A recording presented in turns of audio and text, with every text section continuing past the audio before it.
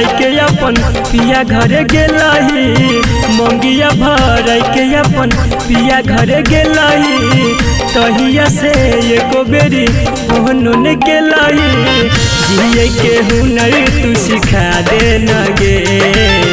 जिए के हुनर तू सिखा दे न गे हमरा बिना कोना रहै छी बता दे न गे हमरा बिना कोना रहै छी बता दे न गे मंगिया भराई के अपन पिया घरे गेलही तहिया से एको बेरी फोनो ने गेलही जिए के हुनर तू सिखा दे न गे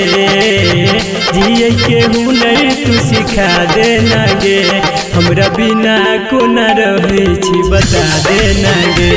हमरा बिना कोना रहै छी बता दे न गे।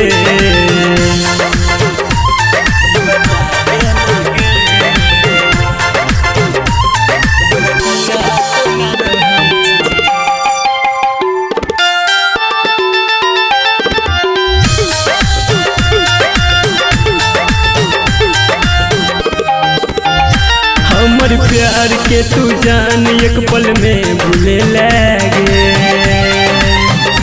जिंदगी हमर वीरान कक चल गेलगे तोहर याद कर कर के कटैया दिन गे जहिया सा छोड़ देला जान हमर साथ गे जहिया सा छोड़ देला जान हमर साथ गे अखिया सा आंसू के होछे बरसात गे दिल के सुकून तू दिला दे न गे दिल के सुकून तू दिला दे न गे हमरा बिना कोना रहै छी बता दे न गे हमरा बिना कोना रहै छी बता दे न गे।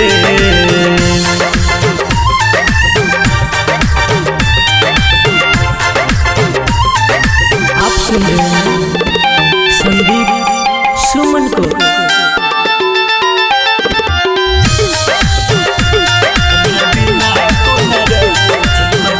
एक एक पल तोरा बिन अब लागे पहाड़ गे